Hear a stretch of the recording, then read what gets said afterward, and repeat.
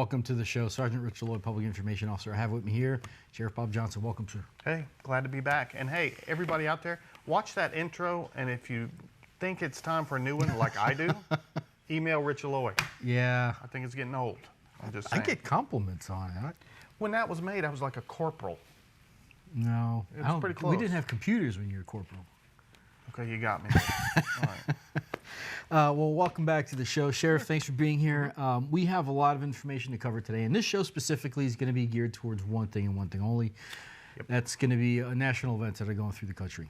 Yeah. So we wanted to, due to these events, we want to maintain our transparency with our community and share some important information with you. So we're going to discuss policy and procedure related to what we do and how we do it, use of force, those kinds of things. So let's just jump right into it. You know, one of the questions, Sheriff, I've gotten a ton from Facebook. I've gotten phone calls. I'm sure you have as well. Oh, yeah. A lot of emails. And they all revolve around a couple things. And training was really the vast majority. You know, what do we do, how we do it? And wanted to just talk a little bit about our agency, which requires training and retraining on certain topics. And what I mean by that is these topics that we're going to discuss, we go through them, and then thereafter, once you start at the agency, you go through it. And then as long as you're a deputy with us, you're going to continue to take these classes. And one of the biggest ones, of course, is use of force. And part of our use of force, and I've been asked this, you know, a lot, do we allow chokeholds? Well, yes and no. Chokeholds are considered deadly force. So the only time a deputy can choke somebody is if they could shoot them too. I mean, if you can use deadly force, you can choke somebody.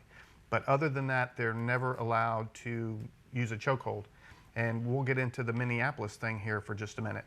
He didn't die because of a chokehold, and I'm just going to be, you know me, I'm brutally honest. He died because of a cop who either was ignorant or hateful or both. I watched that video, it made me sick. You know, once you're restrained, especially, you know, we teach our people in Santa Rosa County, number one, even if they resist, once they're handcuffed, they're down on the ground, it's over. It's not personal. You don't continue to try to punish them after they're in custody. And, you know, that one cop in Minnesota makes us all look like a bunch of thugs. And, you know, at Santa Rosa County Sheriff's Office, I'm very proud to say that we have very few use of force complaints, and we have very few racially based complaints against our officers, and I'm very proud of that. Yes, yeah, absolutely. And part of the reason is because of all the training that we receive, constantly reinforcing it, and you know, it's not the right thing to do, is to be racial Profiling. Is what you're looking for. Yeah. That's the word. Thank you, sir. Yep. It's just not in what we do. And in law enforcement, you know, right now we're all looked at as the bad guys, but you know, we have a great organization. We have a lot of good training, a lot of great officers. Another thing we do is annual harassment and discrimination training, and annual interviewing victims, suspects, and defendants with developmental disabilities. So we do get into the mental. And you know, that's a biggie because we get called a lot to scenes to deal with people who need mental health help.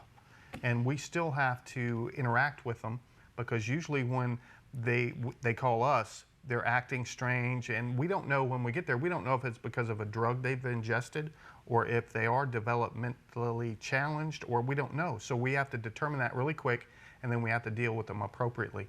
And so we have to go through training on how to do that. And the officers go through it, and you have to go through it every single year you're a deputy. As Rich said, it's not one and done. We reinforce that every year at training, that how to not only use force, but how to deal with people with special needs.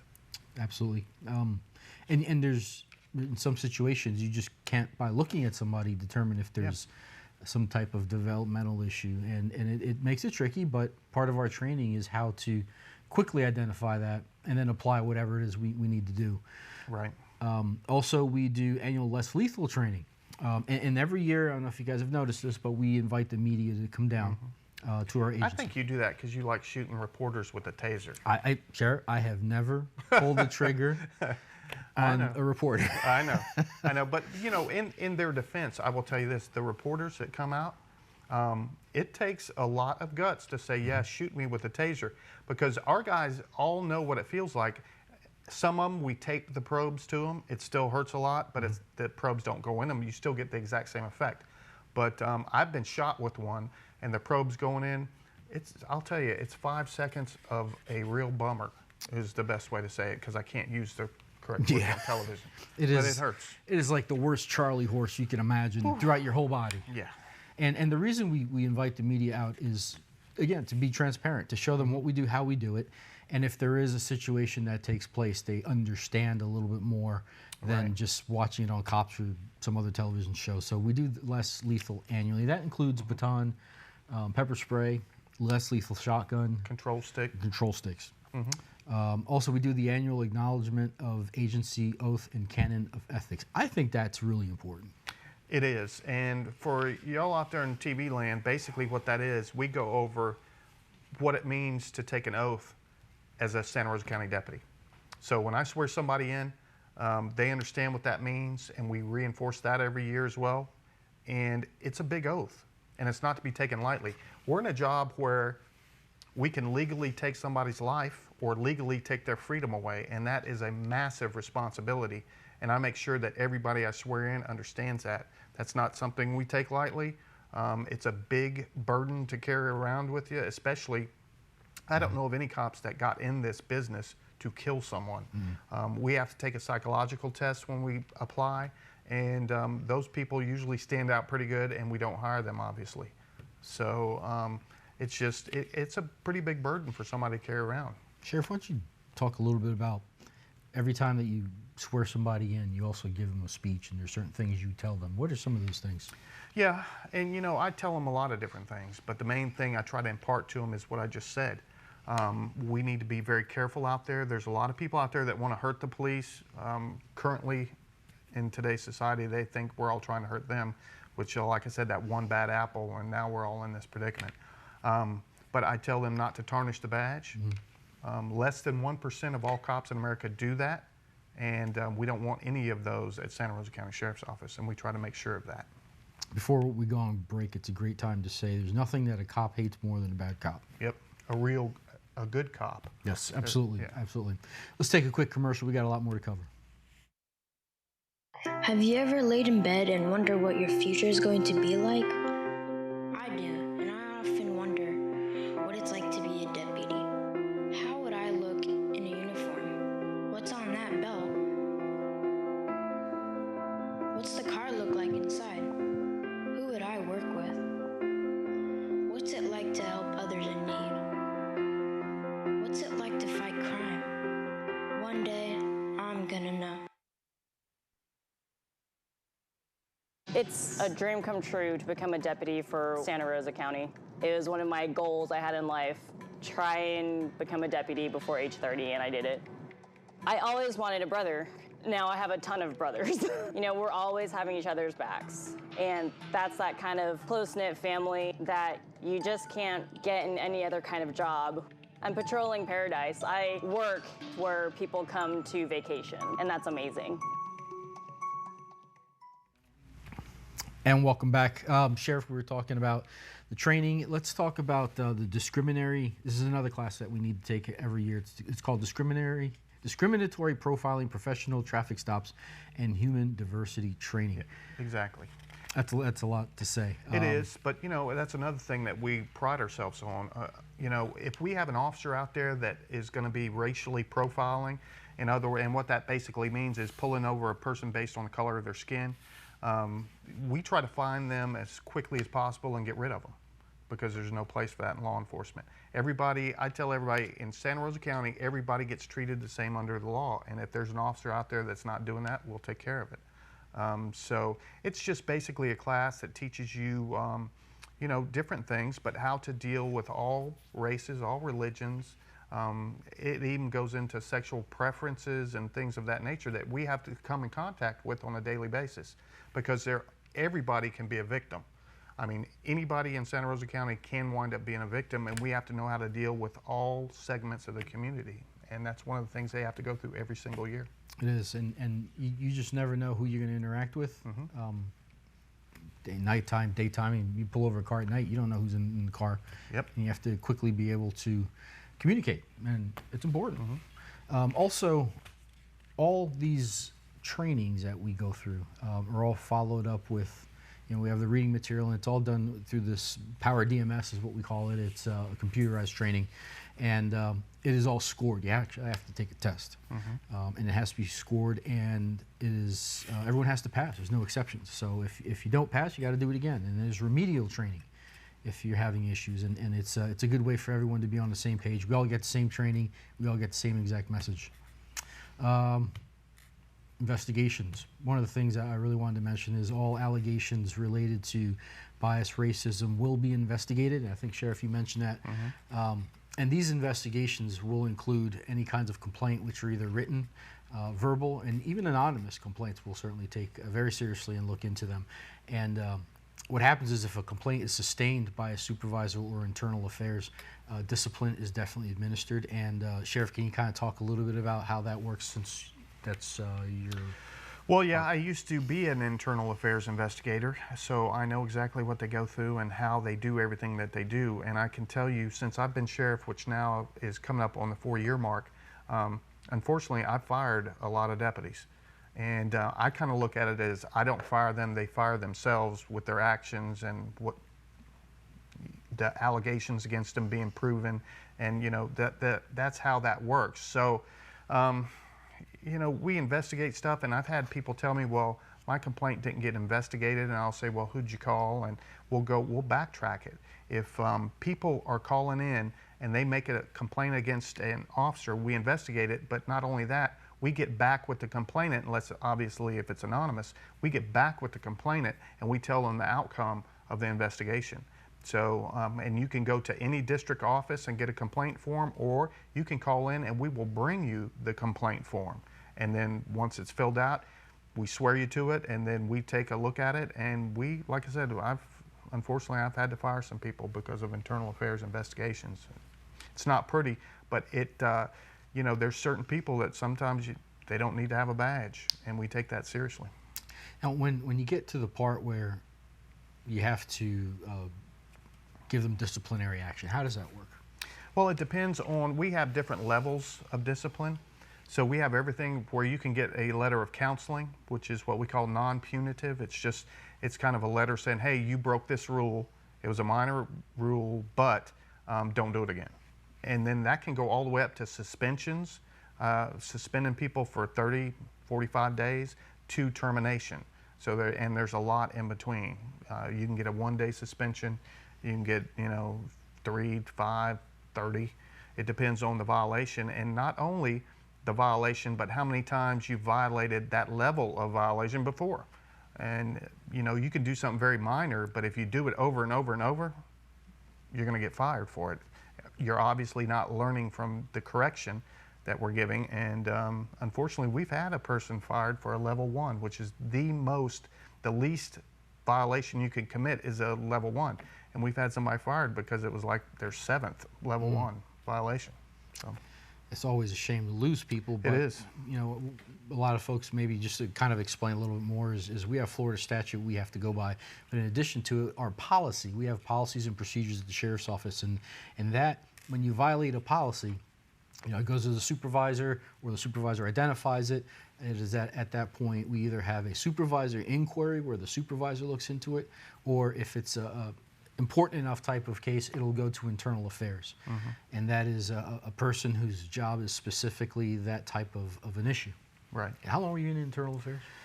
About 14 months, and that was about 12 too long. And they look at you funny when you come around, right? They do, and it's not a job that you want to have, but everybody who's ever sat in that chair and done the investigations realizes it's one we have to have. Because if you have cops out there that think nothing's going to happen to them no matter what they do, then that's a problem. So internal affairs is necessary. It's not a glamorous job. Marshal Kilburn is currently our IA investigator, and he does a fantastic job. But yeah, it can get lonely. Trust me, I know. And just one thing I also wanted to stress was the importance of, and how proud we are of having a very diverse workforce. Yes. And it reflects our community. I think if you have a very diverse workforce that reflects your community, and in some cases I know we exceed the average of what our community has in different backgrounds. We do. We do. And, you know, to say something else about that, I had a question one time, probably a year after I got elected, and a good friend of mine, I'm not going to say his name, but he is an African-American, very prominent in Milton, the Milton area. Great guy, love him to death. And he said, well, why don't you hire more African-American officers? And I said, well, we've had, I think that first year we had 6 apply, and I hired 5. And I said, why don't you, as a community leader, talk to some people you think would be a great deputy and send them to me? And, you know, because we'll hire anybody who's qualified and we think will make a good deputy. I don't care what their religion is, sexual preference, color. It doesn't matter to me. If I think you're going to be a good representation of Santa Rosa County Sheriff's Office, you're hired. That's the way that works. And so, you know, we try to be as diverse as we can, but there is a limitation to it. We have to have applicants. Yeah. There's one thing you say, and I've heard you say it a few times, which I think highly of, is the fact that you always say you got to have a good heart. Yeah, yeah. And you can tell that watching that video in Minnesota, you know, you can't tell a person's heart, but just me looking at that video, I could tell, you know, he didn't want to be a cop. He really didn't want to be a cop. And you get that vibe when you look at him. Have you seen the video? Yeah, I have. You look into his face, and there's absolutely no level of caring there at all. It's zero. And, you know, somebody should have probably spotted that prior to that incident, because you could tell he was not happy to be there. So, but let's do the Sheriff. Let's go to a quick commercial. We'll be right back with our wanted fugitives. Okay. Okay, sir, this is a citation for speed. However, I did give you your break, but you need to do me a favor, slow on down, just because of the fact that, you know, it is dangerous out here speeding right here. So do me a favor, you know, slowing down. Whoa! Slowing down. Whoa! Wow. That's the reason why you got to have a move over law in effect to save somebody's life. Hi, I'm Santa Rosa County Sheriff Bob Johnson, asking you to please remember to move over so all of us can come home safely.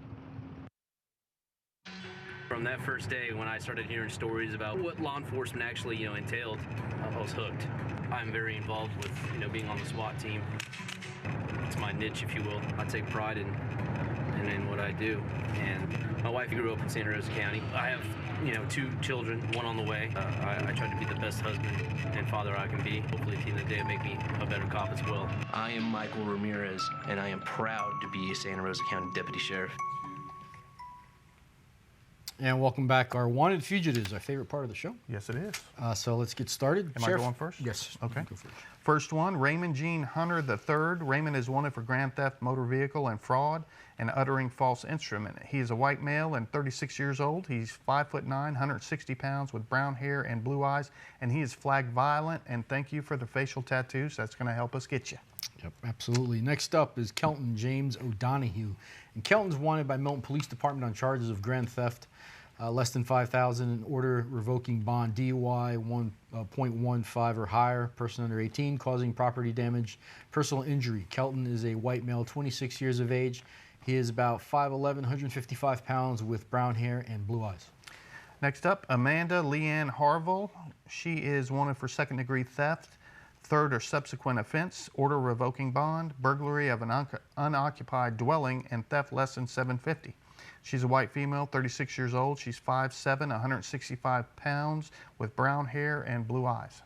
Next up is Peyton Brooke Blocker. And Peyton is wanted for order revoking bond, DUI, property damage, possession of controlled substance without a prescription. Peyton's a white female, 26 years of age. She's about 5'6", 150 pounds, and has blonde hair and hazel eyes. She didn't look happy in that photo. No. Next up, Dondre Roberts. He is wanted on charges of lewd and lascivious commit sex act on a correctional facility employee. He is a black male, 30 years old. He's approximately 5'6", 150 pounds, with black hair and brown eyes, and he's considered violent. If you have any information on any of these individuals, contact Santa Rosa County Crime Stoppers 437-STOP. And these are all felons. These are, we picked the 5 that need to go. So $3,000 up to. Let's continue. Okay, what next? We got this in the mail. This is the executive order on safe policing. Police reform bill. For safe communities. This was, I thought it was a very interesting read. I did too. And can you summarize it? Well, you know, I read it, and it's kind of, I was reading it, and I was like, every paragraph, I was like, we already do that, we already do that, we already do that. So I think that's geared towards some of the departments that don't have a lot of oversight, or the smaller agencies who can't afford to be, say, accredited. And we've been accredited for 12 years. And basically what that is, people from other organizations around the state come in and they look at all our policies and procedures, and then they tell us, hey, this is a good policy, this is not, fix this, you're doing this wrong. Or, you know, the last 12 years, I think we've gone through all of them with flying colors. Mm-hmm. Yep. So we've been accredited for a while, and it's good to have people come from the outside looking in, and, you know, because we look at them every day. Mm-hmm. So we may not catch something that somebody from, say, you know, Brevard County Sheriff's Office will come in and look at our policy and go, oh, well, we do this different, and this is how we do it. And we may change a policy or two. So accreditation is very important because it shows that you've gone above and beyond the standards. Yep. You are showing excellence in these different, what do you call those? Different disciplines. That's it. Yeah. Thank you, sir. Yeah. Appreciate it. And it's important. Captain Enrican does a great job. He's the one that does it let me for tell us. you, that guy knows the policy manual inside and out. Mm-hmm. Yes, And he one does. of the things in the bill, also the police reform bill, was have a database on use of force, which we have had now for how many years, Rich? Many. A long I'd say time. At least 6, 7 years. Yeah, we've had one for a long time, and we keep, not only do we, it's not just a database on the use of force. I mean, that's part of it, but it also flags, if we have an officer that is having a lot of use of forces, it'll flag it, it'll catch it and send up basically an alert to command staff and say, look, this guy's had 5 use of force in the last week, which is, you know, 3 times more than your average officer. And we'll start taking a look at his reports and try to find out what's going on. And he could just have a bad week of running into violent people. I mean, it happens, but we still look at it and we look at all his reports and make sure that there's nothing out of the ordinary in his use of forces. So, and then prohibiting chokeholds, we've always had that, except in deadly force situations. And then another one was, I guess, practicing use of force and things of that nature. Well, we have a simulator which has over 720 scenarios in it, and not all of them are, you normally see on the news somebody will be shooting a guy on the simulator. Well, not all 720 are shoot situations. A lot of them are you're just talking to somebody, and you know it ends peacefully, because you don't want the officer thinking, well, every time I come in a simulation, I'm gonna have to shoot somebody, because that's not the way it happens out there. So we try to mirror that on the simulator. And we also have to deal with people from all different racial backgrounds, different religious backgrounds, all on the simulator. And there's a guy back there, usually Chris Vance or Joel Murphy, they'll sit back there and they'll put up a scenario, and it can end several different ways, and it all depends on how the officer interacts with them. If the officer is acting a little aggressive, the person working the keyboard can see that, and they can change it, and maybe they'll have the guy pull out a stapler out of his back and see what happens with the officer.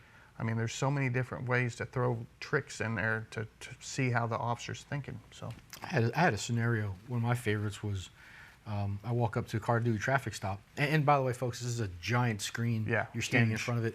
We have everything that we carry on duty, we have on us. It's not real, obviously, but we use it from a simulation standpoint. But I walk up to the car and they start speaking in Spanish. I mean, see, talk that's about a not fair. surprise. That's not fair, though. You speak Spanish. I did respond in Spanish and I got an A+ on it. Well, see, that's not fair. I go up there, I'm learning Spanish on Duolingo. I'm trying to learn Spanish, and I'd get like a C-. That's not fair. Well, it's good that you try. Well, yeah. Yes. I'm trying. But and also, one of the benefits of the simulator is you learn de-escalation techniques as well.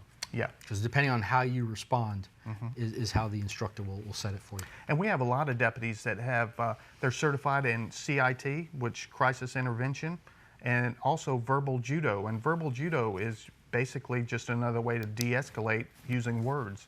And so whenever an officer can talk his way out of a fight, they do it. I mean, because think about it.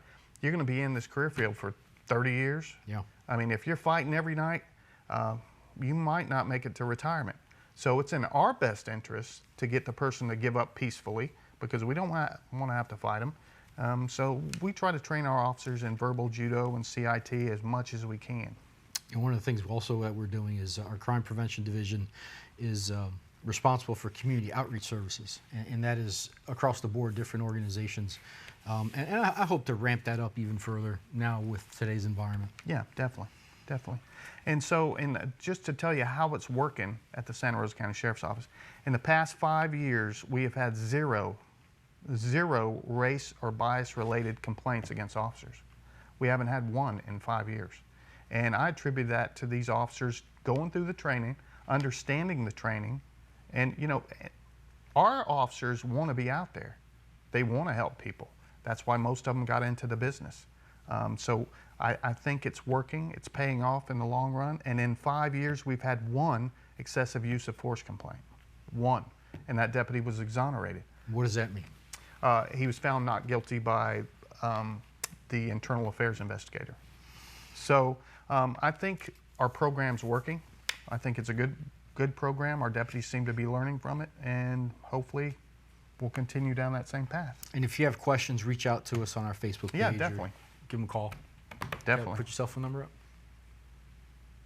Your cell phone number? Go ahead. Thanks for tuning in, and we'll see you on our next show. Take care.